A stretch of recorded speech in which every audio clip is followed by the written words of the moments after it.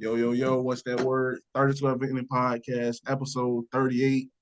Well, here with Khalil. He getting himself together and Byron making his return. Glad he's What's up? What's feeling up? well. Yeah. Hope y'all all had a great Christmas. And yeah, we're going to get right into it. So the first thing we're going to talk about today is the college football playoff a little bit. So the original the original selections were I believe at one it was Michigan, then Washington, Texas, and then Bama. So first Yep. we Yep. can talk about those first two games, and then we could make a prediction on this national championship that's going to happen tomorrow. So the first game that maybe we can get into was Bama versus that was my cat was Bama versus Michigan. Oh Don't man. disregard him. Now you good. Now that was a a well fought game. A well fought game. All the way down to that last possession. Um, between the bad snap and picking the wrong hole.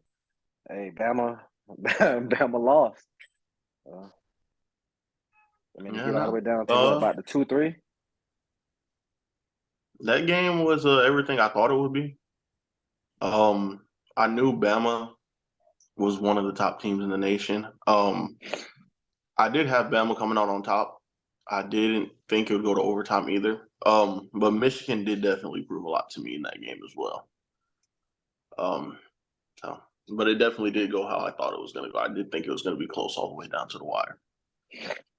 I'm gonna be honest.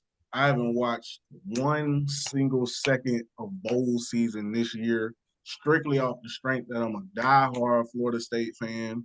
I don't, Oh man. I don't, I don't think the Bama deserve to be there. I don't think they're one of the best teams in the country. They struggled against UCF, needed a 4th and 31 Hail Mary to beat Auburn.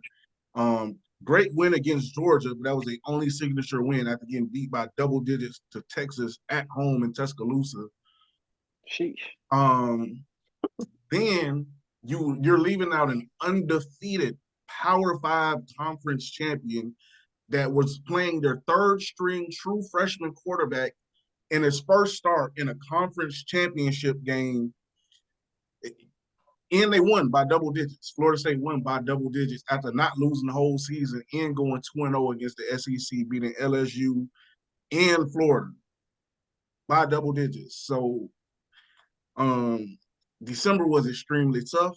I haven't watched 1 second of it. And I supported the players in their opt-out. We did get trounced by Georgia. We had 28 starters out.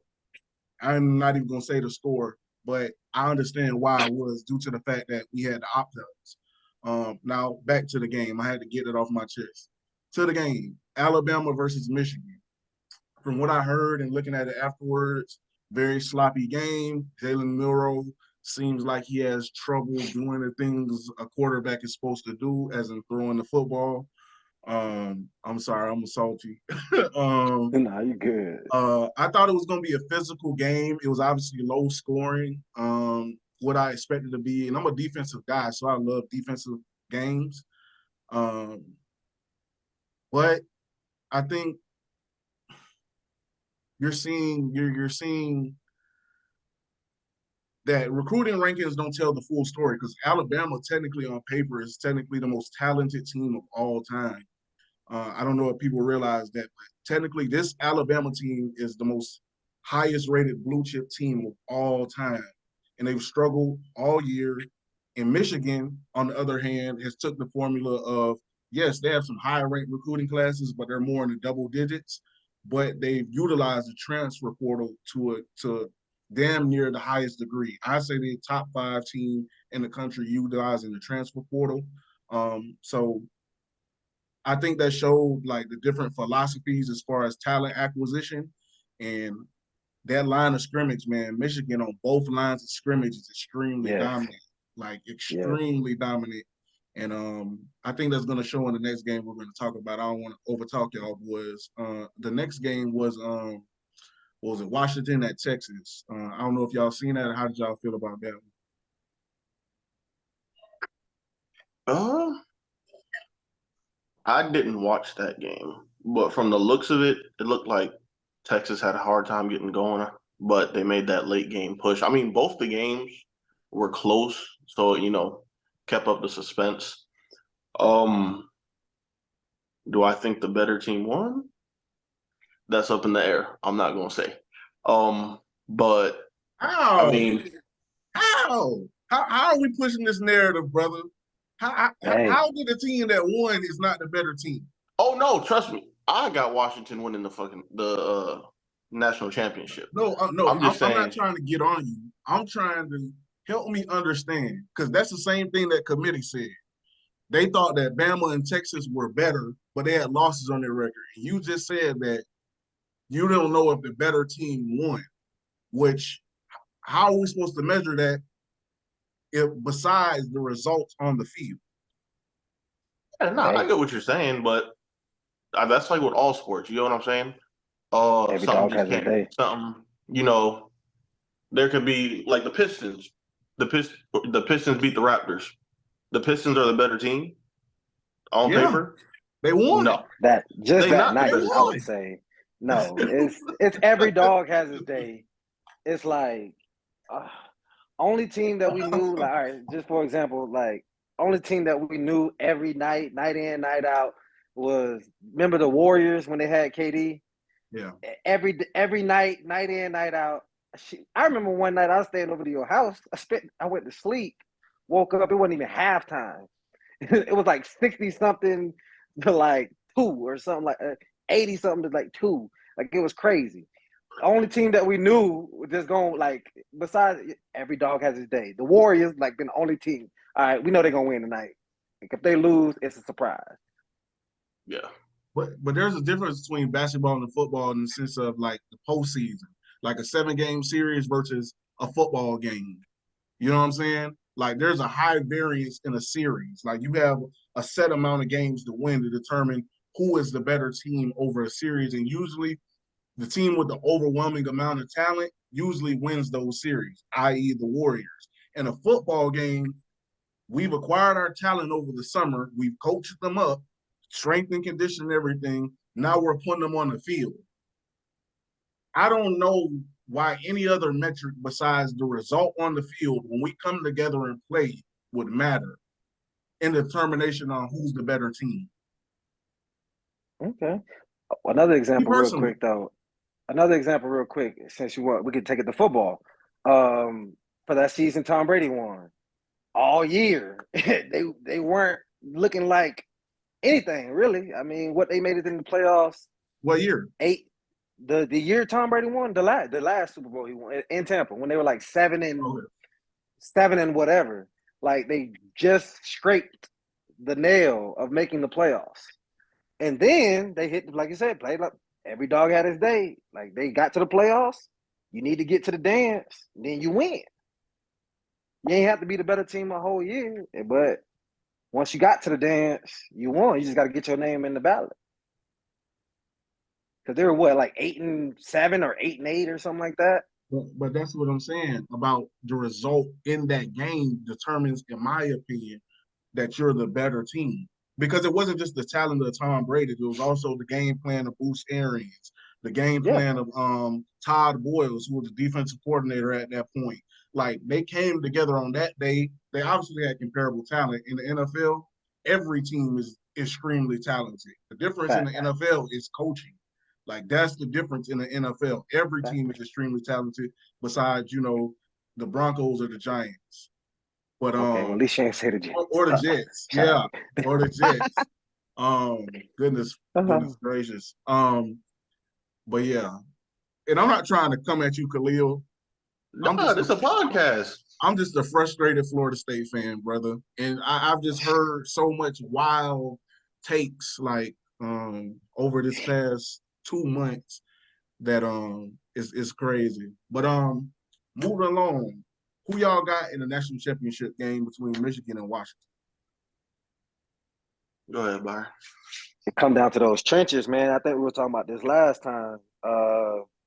Michigan, man, that offensive line is crazy. If they can get that run game going early, early in the game and just start just running it down Washington's throat, it's gonna be a long day. But I'm gonna do one of picking Michigan. I'm gonna say it's gonna be a decent scoring game, something like 28-17 or something like that. Well, I already said I had Washington. They're the underdogs. They went into Texas, the Texas game as underdogs. I feel like with them being, because they were underdogs a good amount against Oregon, those two games, I think a lot of people took Oregon. I think it's just kind of fuels them, gives them a little bit more to play for. As long as their O-line can give Penix some time, I feel like he'll be able to do some damage. To me, this is probably going to be the best national championship game we've had in a long time, in the sense of it's not like this overwhelmed with talent SEC team versus, I mean, more than likely another SEC team, to be honest, but like another team from some other conference, even though, I'm rooting for the Big Ten going forward. But anyways, and this is a Big Ten national championship game, which I think is funny in the face of ESPN because they own the SEC and they have the broadcast in all Big Ten national championship. I digress. Michigan versus Washington. I agree with Byron wholeheartedly. The trenches, I think, is going to make the difference. Washington, they've been giving Penix time, and he's dangerous when he has time, but I think that Michigan is going to hold and possess that ball pretty much the whole game. I think McCarthy is going to make enough plays, but there's been a lot of doubters on Washington. I picked Oregon to smoke them. I thought Texas was going to win as well. And, maybe Penix should have been a Heisman Trophy winner, considering they didn't find a way to lose this year. But ultimately, I think they get a first L in a national championship. I think Jim Harbaugh is going to pull out the national championship for Michigan for the first time in probably any of our lifetimes, for real, for real. That boy trying to end it on a high note before he go get that bag. Yo, that'd be wild. Winning the national championship, then going to the league. That's a what real boss behavior. That might be his best option. Winning the national championship, then going to coach. Who fired a coach? Justin Herbert. Oh yeah, he's gonna go coach Justin Herbert to the Chargers. They got talent too. They got big time talent. They just need a good coach. Yeah, I don't know the specifics of this trade. Forgive me, and I can look them up while we're doing it. But how y'all felt about the OG Anoboy for RJ Barrett trade? They were the headlining pieces. I think it was an even trade, or it was I think it was a win-win trade for both teams. I'm a Knicks fan, so I'm gonna be a little biased, but I seen like something online today. Both teams are undefeated since, right? I think the Raptors are playing right now, but both teams have undefeated since the trade. OG Anoboy has a plus 85 plus minus since the trade. Knicks have just been cruising. I feel like he gives them really what they need on the defensive end. Kind of fills up for Julius Randle not playing defense. But also just I see that he does a lot of the little things. He doesn't really worry about scoring or anything like that. He's more of a defensive minded player in my eyes. And then I feel like RJ Barrett fits in more well with the Toronto Raptors. And then Emmanuel Quickly he's starting now, so he's getting the spotlight. And so far, he's shown that he can handle it. He can handle that everyday starting point guard job. His stats have been up there to prove it as well. Before you go, Byron, or before I go, I just want to highlight the details of the trade a little bit. So per NBA.com, the Knicks received OG Anoboy, Malachi Flynn, and Precious Achiuwa, and the Raptors got RJ Barrett, Emmanuel Quickly, and a 2024 second-round pick via the Detroit Pistons. So close to a first-round number pick. One. Number one pick. Number one pick. I'll go real quick. Honestly, I love this trade for both sides. I think a lot of people don't consider the Knicks, with all due respect, my brother, a serious franchise about winning. I think this was a serious move about winning. They picked up a player, like you said, that's going to play excellent defense, one of the best wing defenders in the league. And I think Anoboy, he's been harboring about two things over the past year. That was an extension on his contract and a higher offensive role. I think that was going to be always hard because the Raptors, they were playing between developmental timelines as far as Pascal Siakam being the former star player. He still is a star player, but still trying to play that win now while also developing Scotty Barnes. I think RJ Barrett is going to help them with playmaking, Emmanuel quickly. I think he can have a Tyrese Maxey type ascension. I see them as similar players. And I think this evens out their rotation some, and it brings a lot of playmakers to the Raptors, and remove a lot of that redundancy between Jalen Brunson and RJ Barrett for the Knicks. So I like it for both sides too. Nah, definitely. I think I was watching the Knicks game actually the other day, and just watching Obi. I think it was like his first or second game back. Yeah, he's definitely looking to be that glue guy. Like they got a score. They, what I'm saying, they got the person that can control the game in Brunson, and he's doing all those little things, which is going to bring the team along. Like, and it was a win-win trade for both teams. He's playing defense. He's being scrappy. He's bringing that New York Knicks basketball back. Like, because it used to be real. Because I used to be a fan of the Knicks when Melo was there, and it was a grit and grind kind of like they weren't ain't no layups, ain't no none of that. We playing defense, hard nose. I mean, you can't play as hard as you used to, but he's bringing that. And the Raptors, never really. I haven't really watched them this year, and never really been a big fan of RJ Barrett. Even though I'm a Duke fan, I watched him at Duke.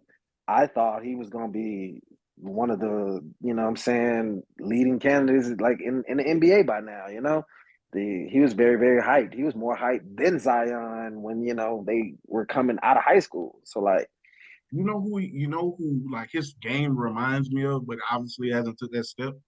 Shai. What's that? Like him and Shai Gilgeous, to me, like have a Yes. similar game coming out. But Shai has obviously like taking that next step. And it can be argued maybe it's opportunity because, once Shai went to OKC, it was like, all right, boy, you develop however you going to develop. And he an MVP candidate, maybe the leading candidate at this point. And, I mean, RJ isn't going to get that with Toronto. They still got Siakam and they're developing Scotty Barnes. But I don't think he showed that maybe he can handle that in New York because I think he was supposed to be, by this point, better on the defensive end. And it just seems like it was a lot of pressure in New York for him to like become that number one scoring option. And I'm not sure like that's him. Like he seems to be very like when LeBron was on the Heat and D Wade played that I can score and facilitate and bring the team together role. It seemed like that'll be the best role for him. And maybe he can do that with the Raptors or not. Not so much high scoring, just more facilitating and being kind of what OG is to the Knicks, like that glue guy. Like because we got scores. Like I said, they got Pascal. They got what's that other guy? I don't really know a lot of their players like that, but they got not big Pascal, Raptors Dennis fans. Schroeder, Quickly now, Gary Trent Jr., Scotty Barnes. And it's crazy because I'm more of a fan of Quickly than I am of RJ Barrett. Maybe just because like his game doesn't look funky, like RJ Barrett's. But I just would think that by this point, like he'd be like you said on that kind of Shea level, not like MVP, but being talked about more. Like putting the ball in the hoop is your job. Like why can't you? Well, let me ask you, Khalil, before we move on from this real quick, because you're a New York Knicks fan. Why do you think RJ couldn't make it work to the level they would have wanted, being the number 3 overall pick? Well, for one, Tom Thibodeau's a defensive-minded coach. True. I don't think he was as polished on the defensive end as he could have been or as they expected him to be. Yeah. And just, he hasn't had a bad career by any means. Scoring average is good and all that. It's more of the inconsistencies or kind of, the decision-making he makes sometimes. And like you said, just him trying to figure out what his role can be to fit in so they can use him to the best of his abilities. I think he had a hard time figuring that out, kind of meshing with Julius Randle and Jalen Brunson. Yeah. I wonder how he felt when Jalen Brunson came.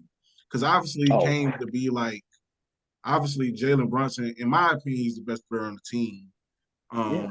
So I wonder how he felt being knocked down another peg on the offensive role. I wonder what that did to him mentally. Because I think most people they like to think about this as if it's 2K and not yo, these are real life human beings. They're players. They got egos. It's if somebody brought me in and they're clearly a better player, and I know, damn, what am I supposed to do now? I wonder if it took him a while to like you just said, figure out his role, or if that was discussed to him properly to where he can flourish. But yeah, I agree with what you said about Tibbs too. I mean, yeah, I'm not gonna say that. I don't think he's a championship level coach anyway. Me either. Oh no, me either. No. When has he ever been? Yeah, it's more of Chicago. Yeah, we can name all the more failures this man got. Yeah. But I mean, low key, I'm starting to see that with Steve Kerr too. As the Warriors are struggling, I'm starting to see as maybe it was more of the talent helping him coach rather than him actually being the coach that I thought he was. But Tom Thibodeau definitely, his rotations kill me sometimes. Game management is just terrible to me. But brother, I'm rooting for Darvin Ham, brother. So I know what you're going through, brother. Darvin Ham, boy. Hey, fire Darvin Ham. We starting to hear, man. Hurt you up in the podcast. Fire Darvin Ham, man. Get LeBron a better coach, bro. I'm sick of it. Let LeBron play that Bill Russell role. For real. Bring in Kareem as coach or something. Anyway, they gonna fight. LeBron have the same Kareem don't even like LeBron. That boy did not want to dap him up when he passed him. I don't blame him. Oh, fuck Kareem. That's messed up. I'm about to say something. It's finna sound so messed up. But I'm pretty sure Kareem was like, bro, I'm already super old, bro. If I just go out and I know I got the record, I'll be good. I honestly think that's how he felt in his heart. He never thought nobody was gonna break that record. Now that he's witnessing in his old age, and I ain't got no chance to suit back up and get my record back, I know he's sick. He had the record for 40 years. That record long gone. I respect longevity though. Who else is gonna play as long as LeBron? That record long gone. He's gonna be about 3,000, 4,000 more points tacked onto it. Exactly. I know he was crying on the inside. Anyways, he was sad. I don't blame him for real. I think Luka could have a chance, but yeah, we moving on. Depends if he get bored. That's what I'm saying. The Euro players are bored playing the NBA. Yeah. How y'all feel about HBCU coaches moving to FBS schools? It's rough. When you first came into the job, you know what I'm saying, and you got this coach, you know what I'm saying, talking to you daily, you know what I'm saying, trying to bond with you and all this kind of things. And then, you got that coach that looks like you. Majority of the time at those HBCUs, and you trust in them, which you got to learn that next level of football. It's a business, but it's good that they're getting that opportunity, for sure. But it's not as good for the HBCU as a whole. Because now who they're going to have as coaches, they're going to have a lot of new guys, a lot of guys that's come in. And then that program is just going to get swept under the bridge.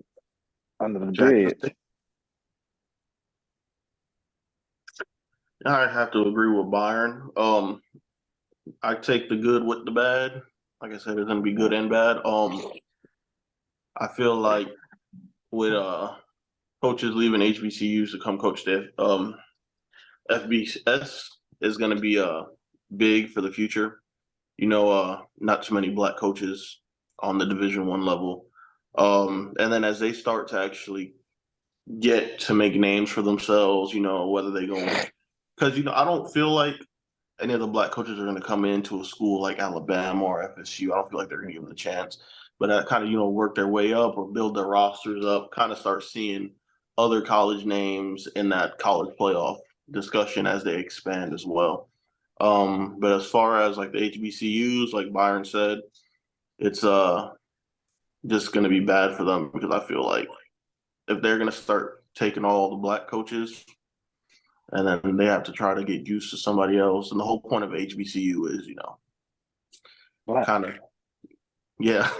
So, like I said, I agree with Byron. I want to get to the last topic, but I'm not sure if we're going to be able to discuss it as thoroughly as I want to because the time is coming up on me, and maybe like we can do something about that. But I agree with both of y'all. Like, it's some good to it because those black head coaches are getting an opportunity. Unfortunately, we've seen some black head coaches. They've done some wild stuff over the past like 5 years that like didn't make it. It didn't look bad on us as black men, in my opinion. I'm not saying they carry the entire weight of black men on their shoulders. Hey, Willie Taggart, what the fuck?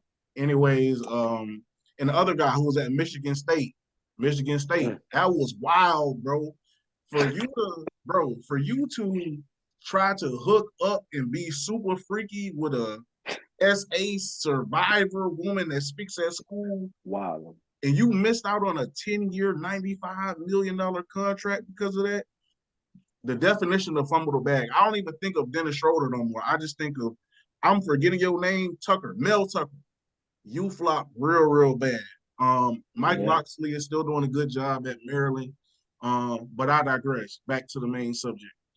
I think it's bad for HBCUs because they're losing an notoriety. Willie Simmons was just hired as the running back coach at Duke. He went from being the head coach at Florida FMU to being the running back coach at Duke.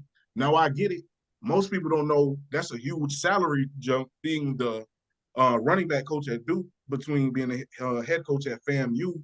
But most people are going to hear head coach to running back coach. They're going to think he took a step back regardless. And Willie Simmons has had a great season. I think they went undefeated and won their conference championship. The thing about it is I think it's going to take the athletes going back to the HBCUs and those strong coaching candidates there, because the reason there's such a discrepancy in money is because of TV contracts. There's a reason you don't see HBCUs on TV. They don't have the networks like ESPN, Fox, and other networks, Raycom, things like that behind them powering their programs. So they go mostly off of alumni donations. And again, a lot of people unfortunately don't choose the 10 HBCUs en masse in favor of the FBS school. I'm going to put it like that. So I think if they made a conscious decision, like even though Travis Hunter went from Florida State, there was a part of me that was happy that he went to HBCUs because he shines so much light on them. And I thought that would lead to more of a trend of top-level athletes going to those schools, and maybe they can get TV deals in general, but better TV deals in order to help restore those programs to like how they used to be, NFL draft factories and things of that nature. And I kind of wish it would go back to that. Like in my lifetime, I hope to see that. Like a lot of great coaches and great athletes back at these HBCUs and putting on for them. I really would like to see that. Our last discussion, we probably won't be able to because I don't know, it might cut off at any time now. And I don't know, maybe I'll start up another one because I actually really want to talk about this. But I'm sure y'all saw that Katt Williams interview. I saw some clips of it. I was going to try to watch it. I think it was like 3 hours long. Bruh, it was worth it, bruh. Watch some different pieces of it. Yeah, I know he was, from what I know, it was kind of wild, but I've seen a lot of people saying that he was speaking some stuff, man, some truth. Yeah. So, expose him. Yeah, he was definitely on that exposed type of time. Yeah. And honestly, I ain't really feel no type of way, but I like when people speak the truth, personally. And you know, it just seemed like it seemed like he was responding to people who was talking crap about him, but he was coming with the receipts. And so, hey man, the receipts was crazy, man. I understand what he meant too about like he seems to have this serious problem with black dudes wearing dresses. And honestly, I kind of respect him where he coming from. Like if he feel like I get it. Some of it's funny. I like watching Madea, or I used to, but you know, it's funny. But I get how like that must be emasculating. Like they have to put on the dress and makeup and have to like act like that. Like that's to me that's crazy. Like I laugh at it, but then I think would I do that for like Yeah.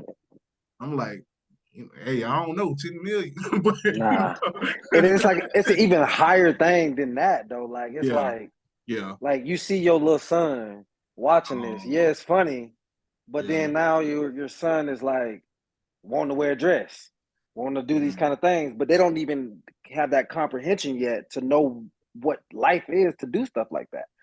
And when you get those public figures, Martin Lawrence, like these guys that we, you know what I'm saying, not mm, idolize, but like our icons of like yeah, Black black entertainment. male figures. Black, yeah, yeah. Black male, all our black male figures is what like we get a lot of our messages from, like, you know what I'm saying, you know, Thin Line Between Love and Hate, good ass movie, like all these good movies that we got from these guys. Then we like learn life lessons, and then we see them in a dress, and it's like, whoa, okay, like we don't think of it, you know, as it like that, but like it could be thought in that way.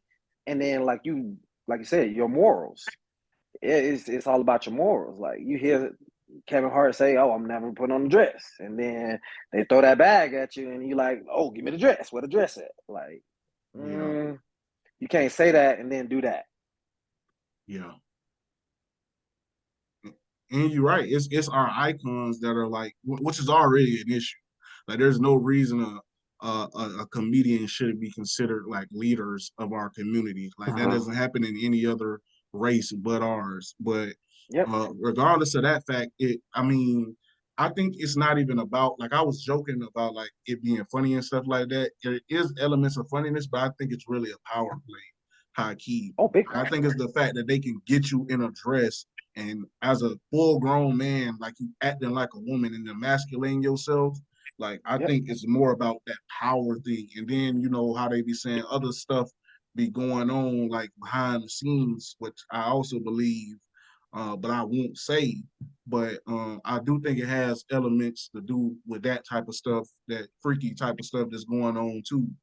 Mhm. But what say you, Khalil, before we get round out and cut off Yeah, here? I have to agree with both of you. You had a good point with the power play stuff. That's what I was thinking. It's more of, I feel like society, well, like the dresses and stuff, they'll do anything to try to bring black folks down.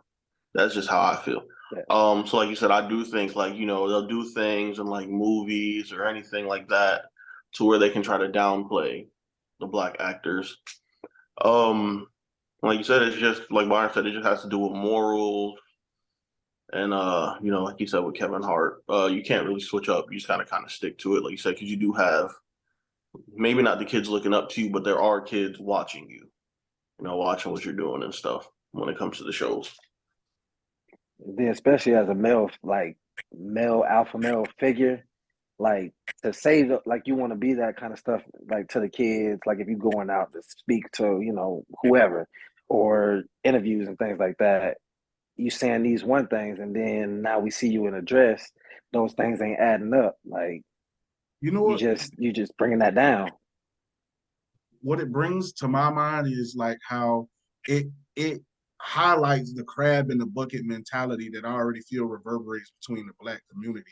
Because it's like when you say that, oh, I won't do this, then you do it, and then what's your explanation? I had to feed my family or something like that. It's like, yo, you didn't have to do that. Like Kevin Hart never had to put on a Yeah. dress.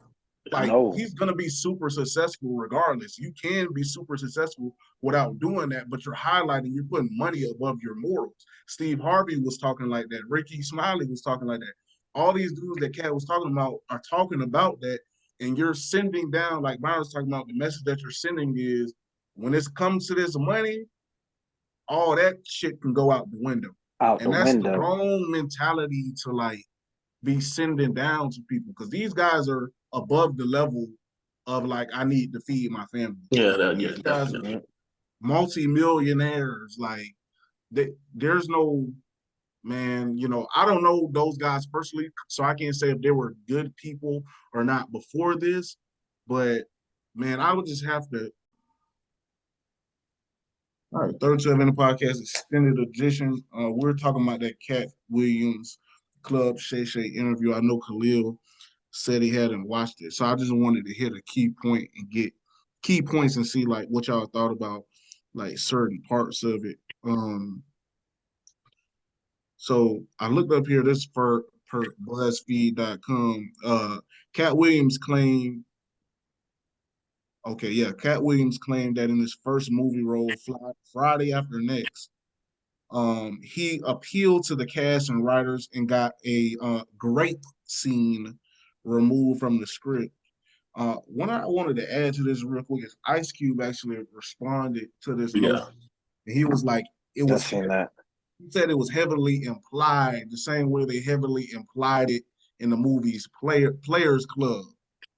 Um, what y'all think about that, or just about the whole thing about him appealing to the writers and things of that nature to get that removed? Oh yeah. Yeah, go ahead, Byron. Got it. You go. Now I'm definitely for that. That's something. Yeah, if I was in that type of role, I would. Yeah, I got to get that out. I got to get it out the contract because that's something that's mentally like, and you just couldn't do it because like okay, what's that guy from Lockdown. Yes, I only know him as Stacy. Yeah, I only know him as Stacy. But yeah, bro, he speaks about that to this day, like, and he's like, what, in his 50s, 60s almost, and he still can't live that down of him being raped in a movie. Like, it's just something that's like your morals as a man, like, nah, like, yeah, I'm glad Yeah, that's I right. don't know if it's true from what it says, but that definitely got to be up out of my Yeah. script. No, I definitely agree with Byron. Like I said, I don't know how true it is or not. Either way, the scene didn't happen, so something had to. Maybe the scene wasn't in there because Ice Cube to me doesn't seem like the type to do anything like that with movies that I've seen from him in the past and everything that he's been a part Players of. Club? You That's ain't never seen it's it? still. I have seen Players Club, but even with that, he said it that was wasn't. implied too. Like he said that was left up to our imagination. I'm like, bruh, come on. That was not implied. It was literally they said it in the That's not movie. funny at all. Like, But but yeah, oh yeah, But as nah, that's far as very serious. Yeah. like with the Terry Crews, Katt Williams rape scene, I kind of find hard to believe just because of the roles and everything. I mean, the scene to me was funny. I don't know about y'all, but that was like one of the funniest scenes to me when I was younger. Just when he grabbed the pliers, started not my screaming, all boy, that stuff. Damon. Like the Nah, whole, but I like the definitely could wake up have. Lucky Charms. I like my fish wet and squirmy. That stuck with me for the longest, bro. Yeah. So, but no, like I said, who knows if it's true or not? Like I said, it's not in the film. So if for some reason they wanted it in the film and Katt Williams didn't, that's left to your imagination, like Ice Cube said. I feel like, and Kat said this, he said he made a good point. Great is never funny. Like there's no way if that would have went down and they portrayed it as that, it would have been funny.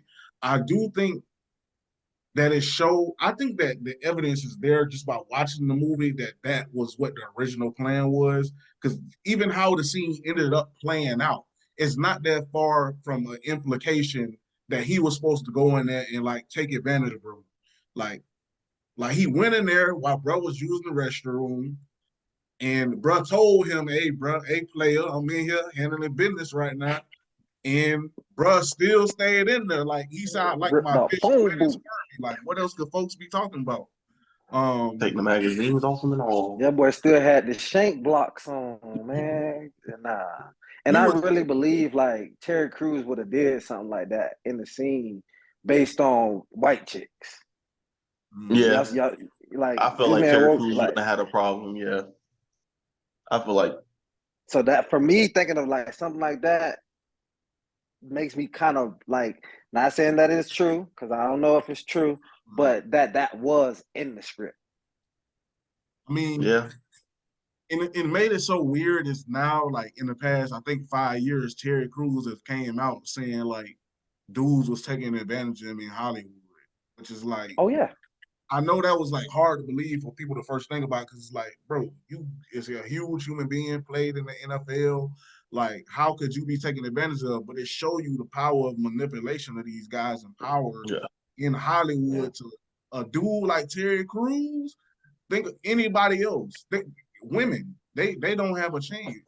And I would like to say this too. For Ice Cube, I rock with you. But to say heavy implications for Players Club is crazy. Now I know people is thinking about that time with I think his name was Rodney and the girl, Diamond's cousin. But and they say that was like an implication or whatever. Like they, whatever the word is, left up to the imagination. But there was also another scene in there that was clearly not left up to like our thought process. Like people don't have it at the forefront of their mind. Diamond didn't rock with the girl with the funny wig in the beginning because her and the other girl had took advantage of her, like when she got drunk or something like that in the beginning of the movie at when they were doing a private dance. I'm sorry, I watched Players Club rather recently. Oh no, it was a setup. I remember it very, very vividly. I ain't seen it in years. I'm almost 30 out here. Yes. But so there are two scenes in that movie that were like, to me, without a doubt, like this isn't left up to imagination. Like they was in there like on some wild type of stuff. Well, those are hood staple movies you can't forget. Like come on. They were not left up to the as kids we knew what happened. It was not left up to the imagination. I felt bad watching it as a kid. But again, I ain't gonna keep y'all the whole time. I was supposed to watch that as a kid. I had to sneak to watch that. Well, let me ask y'all this, because this was a question I had a conversation with somebody about this recently. It pertains to like the interview, but kind of not. Do y'all believe that there are gatekeepers in industries? Most definitely. I think Byron. Yeah. Like I didn't know what it really was. Like I think they're there because I attended UNF for my sports management degree. My dream was to be a general manager in the NFL. I thought a gatekeeper was like another term when I told people my dreams that they would like put up these obstacles or like this non-belief because of like where I came from and like kind of their lives, like they didn't believe that they could achieve those goals. So like that's so astronomical for them. But what I figured out is it's actually real. Like when you learn the business of a lot of industries, like what a gatekeeper is, y'all don't know watching this, is when you achieve a certain level of success, now the questions of what you're being asked to do sort of change as your roles change. And I didn't understand that, in knowing what it is now, that's what like sullied my thought process about wanting to go into sports management and other industries like that. Not to give like a life story real quick, but I just wanted to illustrate for you guys watching a little bit about what it is. And I guess Katt was trying to say that Kevin Hart was a gatekeeper that allowed Tiffany Haddish in the game, but I ain't gonna slander Tiffany Haddish because her and Ari Spears have faced enough slander for that scene. If y'all know about it, I wouldn't advise going to watch it. No, very sickening. Yeah. So yeah, yeah. How do y'all feel about like people stealing other people's jokes, like or their their content or whatever? I feel like it's cool to an extent. Because, you stealing somebody's joke or something like that. It kind of be like a respect. Like, you thought the joke was good enough that you try to use it yourself. Yeah. But as far as you're going to keep using it and stuff, that's kind of, I think, where it becomes a problem, just because now you're making a living off of somebody else's stuff. You get what I'm saying? Honestly, I feel like that happens in like almost every industry. Like people take stuff from other stuff and then they tweak it a little bit to like to make it still good. Like in rap, dudes use samples all the time. And I have no problem if you're sampling like a great line or a great instrumental and it into something and then creating like this great work of art, because I also think it's a form of admiration for a work of art for you to like take some of it. Now, if you just straight up like biting somebody's stuff, that's crazy. Like that's crazy. And I can see how a comedian hearing a joke would think, yo, that's 100% biting. That's not taking like a small piece of something and adding it to something. Like this is the joke. I mean, we're laughing at the punchline of the joke. So it's like you're really stealing the whole thing in essence, in my opinion. But No, it's definitely I mean, like I said, I just recently watched a old video about Bernie Mac talking about this specific thing. And I mean, where's the respect for yourself? Like, if you feel like this your craft, this is something that you want to do, why can't you come up with something funny?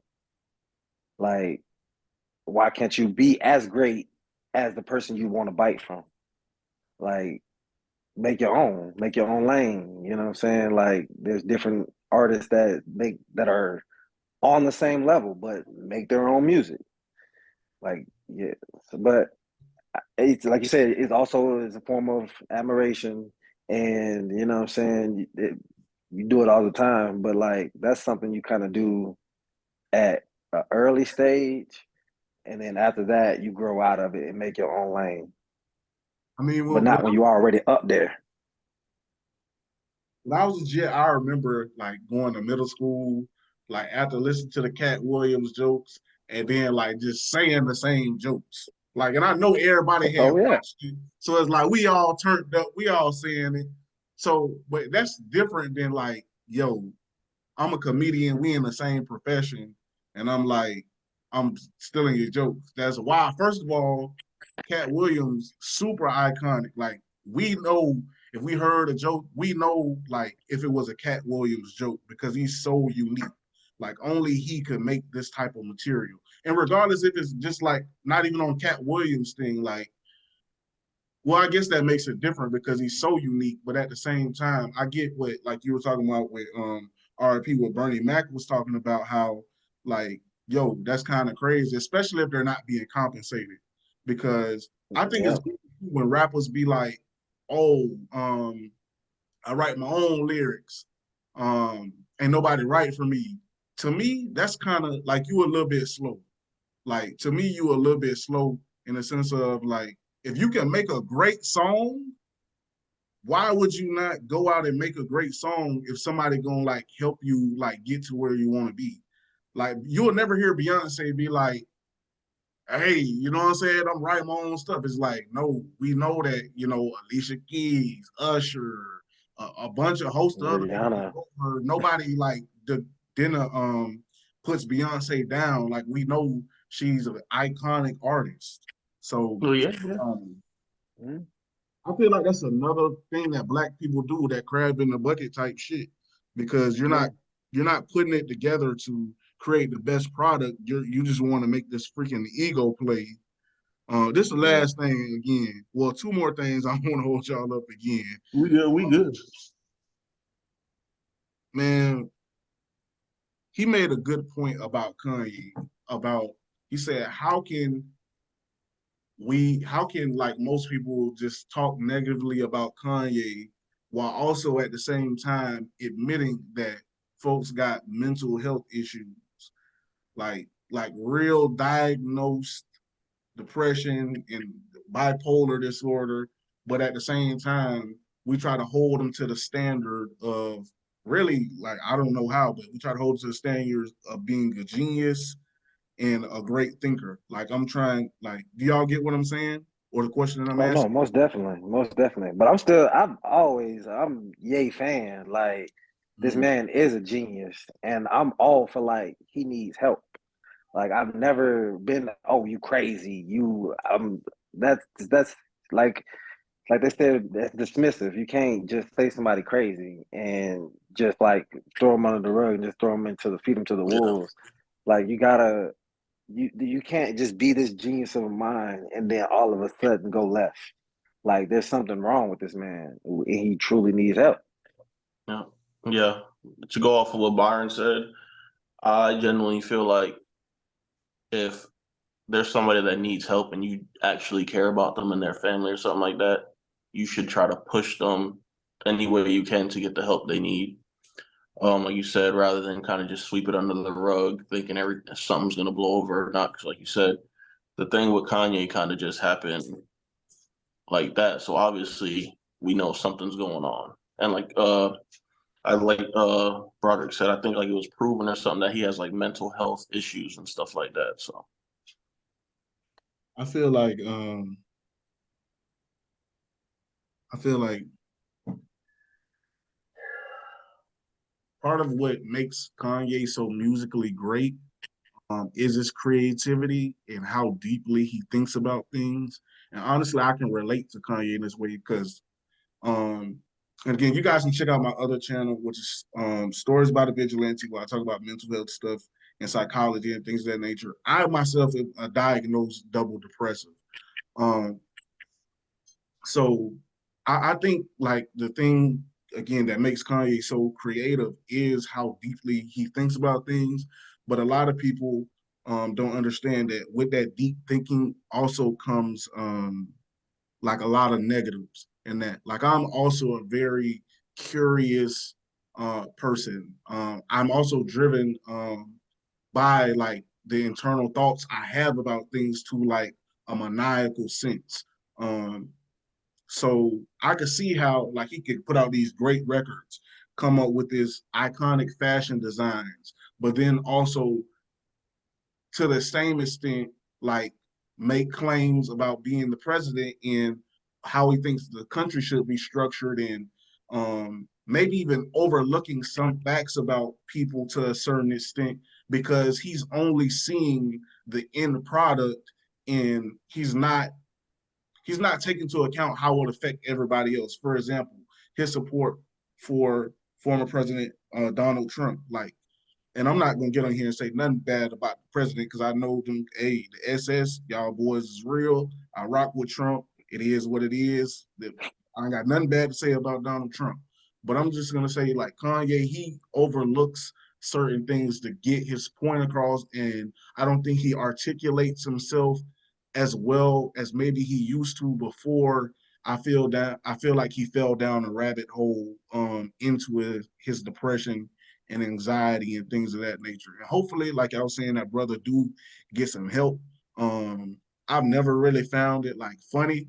Like the rants that he went on, I know people like find it funny, but to me, like to me that's like laughing at somebody that really need a problem and that's not cool under any circumstance, in my personal opinion. Um, and I agree with what Katt was saying. We can't hold him to the standard of being um, this megalo genius while also like trying to laugh in the man's face and say that he's losing his mind. Because even if that is the case, I mean, who are we to judge? Yeah. Honestly. Um, but sure. moving on, that was kind of somber, made me feel bad. Mhm. I don't even want to bring it that point. He was talking about P. Diddy. That was crazy. How do you Sheesh. I ain't even gonna ask about TD Nah, Jakes either. That's that. Yeah, we ain't nah. gotta Yeah. kind of do, but He I'm was glad. wilding. Yeah. He was wilding. Like I, all facts. But I mean I ain't gonna say all facts because I ain't Yeah, but got him. yeah, yeah. do y'all You know believe what? Diddy be What on that some? boy Do y'all Cat say, don't believe worry, Diddy I'll parties? wait. That boy Do said y'all believe the checkmate. stuff about Diddy parties? Man. You don't have to elaborate. You can just say yes or no. It's fine. We don't have to go. We ain't trying to Like get kids. if I think it's like true, Yeah, or like I wild stuff. do. I do because all this stuff is starting to come out, and there's like all these stories. I had no choice to believe it because the stuff is showing that it did. Like I think there was one thing where the underage girl or something was in Diddy's studio with him and stuff like that. And Mhm. how he was trying to say it didn't happen, but then she had the pictures for it and stuff. It's kind of just like the stuff with Epstein's Island is starting to come out and stuff. Yeah, that. Oh man. So no, I I personally definitely believe think. that that's true, honestly. Because Cat, he made a good point. Somebody made a good point. I don't remember who it was, but I've been thinking like this too.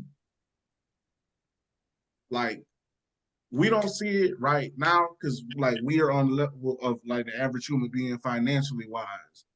When you get so rich that you can like explore like all your sexual desires, I can imagine a point where you can get to where it's like, okay, I'm bored with just the regular stuff. And then you like, That's oh, I crazy. want to try something different. Now I don't think I get to a level because I ain't rocking like that. But so, so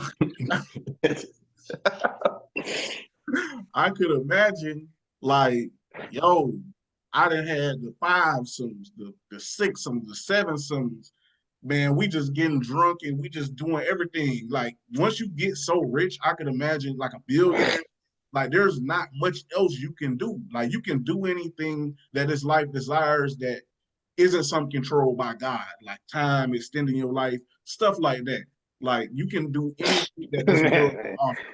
So, Not even that no more. But hey, I ain't gonna be here. We ain't gonna I, elaborate on hey, hey, look. um, that. but again, I know I said 2 point. These the last 2 points. I promise. So y'all remember when Katt Williams went off on Wanda Smith in that interview? I don't know if y'all remember that. Well, The Wanda, yeah. it was a heavy set woman. She tried to like diss on the man, saying he was, talk about his jail experiences and stuff.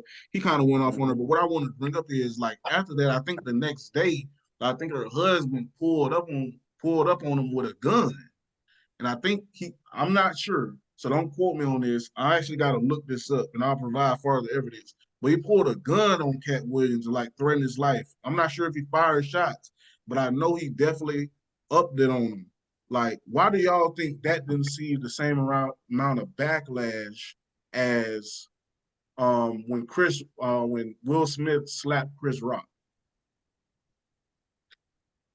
Mm. One, you got to think about the setting. It's completely two different settings. One setting, which is their own, and another setting, which is, how can I say this? I guess just money America. Mm-hmm. I wanted to use another word, but we ain't gonna Yeah. use that. Like I said, also because they both have to was it around the time that we was thinking Katt Williams was crazy, like when he got beat up by that 13-year-old and stuff? No, that was Because a little that's while yeah, ago. that That I was a little remember while that ago. stuff. I think it just has to do with the type of person. Will Smith's loved by almost anybody. Yeah. No, And no. like I said, he did it on the big stage. It was more him defending his wife's honor. And then, she had that big thing going on with the entanglement and everything. So, they was already kind of eyes on them, opposed to Katt Williams, like I said. Byron, like I said, I just agree with Byron. Man, honestly, I don't think Will Smith was defending his wife's honor. I just think bruh had read so much stuff online and got tired of people feeling like they could just joke on him. And it was just, man, nah, bruh, I can't let it happen no more. I got to slap fire from you. And I think bruh like temporarily lost his mind for real, for real. Like in that moment, I think bruh lost his mind for real, for real. That was iconic. But um, who was saying, oh, But I do think it's crazy that didn't receive the same amount of backlash because dude had the pipe up on him. Like, he had a gun pulled on him. Like, he could have lost his life for essentially roasting somebody versus, like, you getting slapped. I'd rather get slapped 10 times Walmart over than somebody pulling the fire on me. Like, quite frankly, and he made a good point. He was like, why didn't he say that? He was like, it was because it's me. And you're right. I think it was because of, we seen folks get into to the squabble with the young boy. And Yeah. And they tried to say bro was on the drugs. They tried to do the same thing to Dave Chappelle. No evidence. Tried to say bro was on crack and all type of wild stuff. And I ain't Martin gonna lie, propaganda and media is a mother effer because honestly, I like to think of myself as a thoughtful guy. When they said Dave was on drugs, when they said Katt was on drugs, I believed it. No evidence at all. No evidence. Nobody came out. It was just like, you know what? They have been doing some wild stuff. Dave Chappelle, 50 million. Yeah, he probably is on crack. So I think that goes to show that, like, man, media is so powerful. Like, these people can create these narratives and like really brainwash you, control your mind for real. Like, Money America. yeah.